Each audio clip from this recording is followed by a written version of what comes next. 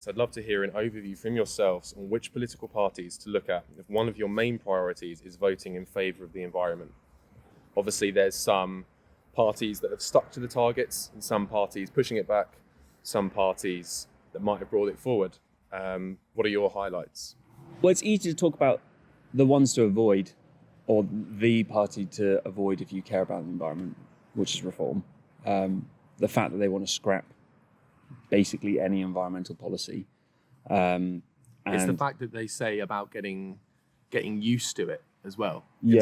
Instead of attempting to make any changes or help at all.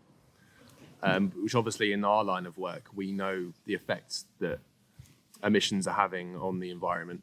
And obviously you go through carbon reduction plans with companies and make proactive efforts for them to become carbon neutral and eventually net zero. So it must be very frustrating.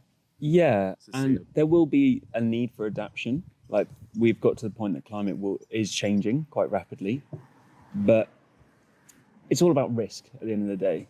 If we don't manage our operations in a more environmentally way, the risk of these extreme events that are really bad, the danger is really severe, is really high. We'll have 100-year flooding every year. And that disrupts business, that disrupts health, that disrupts the economy.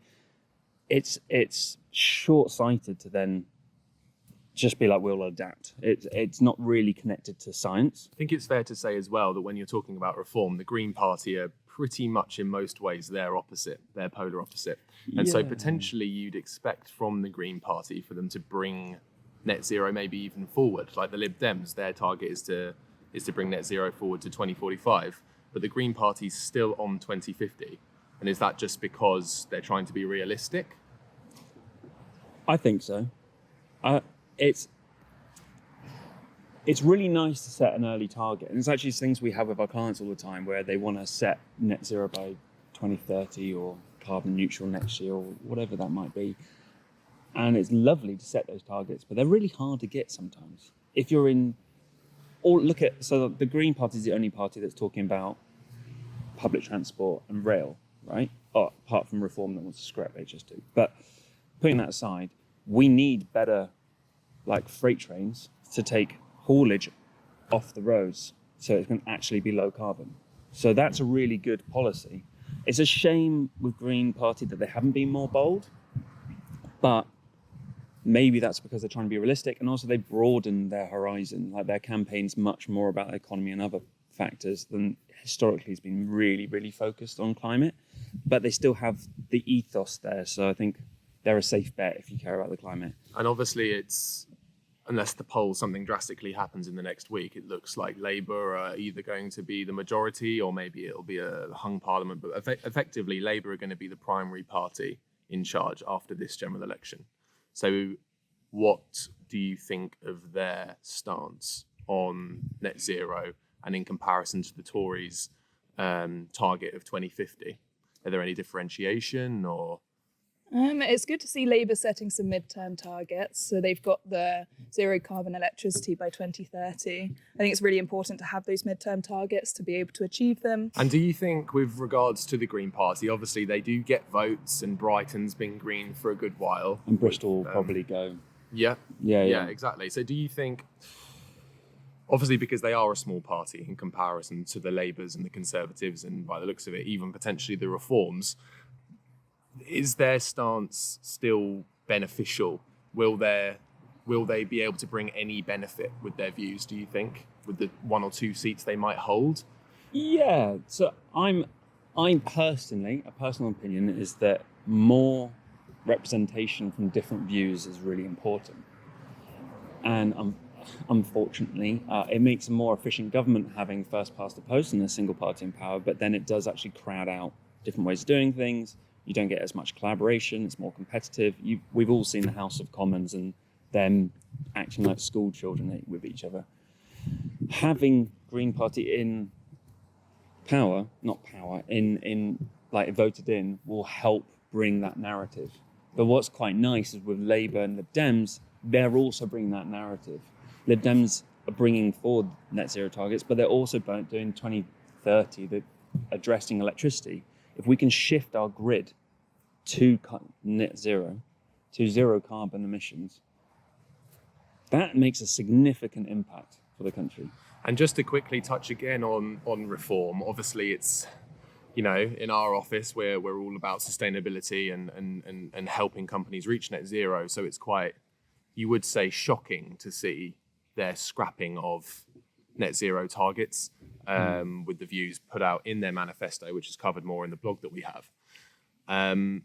What are your thoughts on it? Do you think there's any truth in what they're saying with regards to net zero? Should we just get used to it, or is there very much still time? Obviously damage has occurred and happened to the environment already, but is there still time for us to do what we can to slow it down?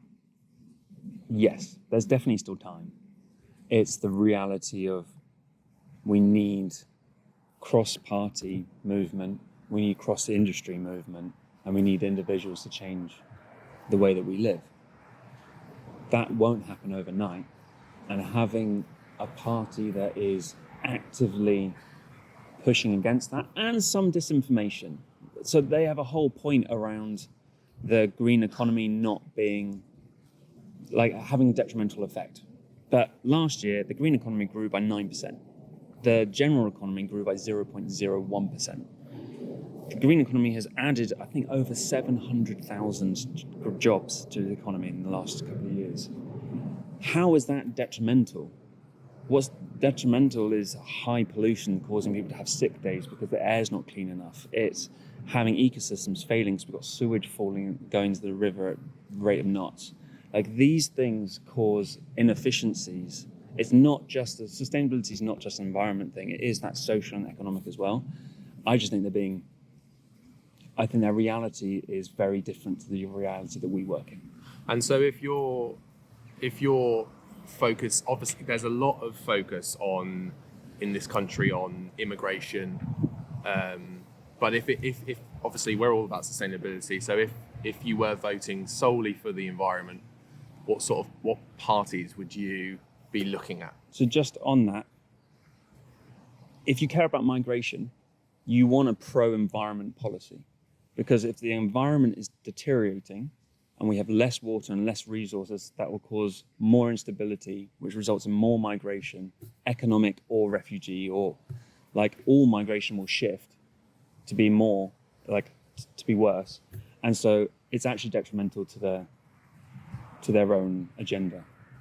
Back to your point around which party are beneficial. Obviously the Greens, I'm a big fan of. They're slightly disappointed they're not so bold.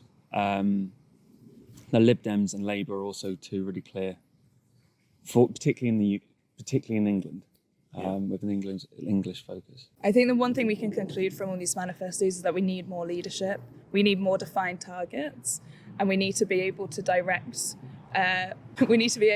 people on different levels, as whether that's businesses or individuals, whether that's locally or nationally, into the right direction towards net zero, and actually embed sustainability within every policy, not have it as a separate thing. I think it's definitely important to understand what each of the parties are looking at in terms of sustainability, and we have written out a simplified blog to be able to show that clearly to you as well.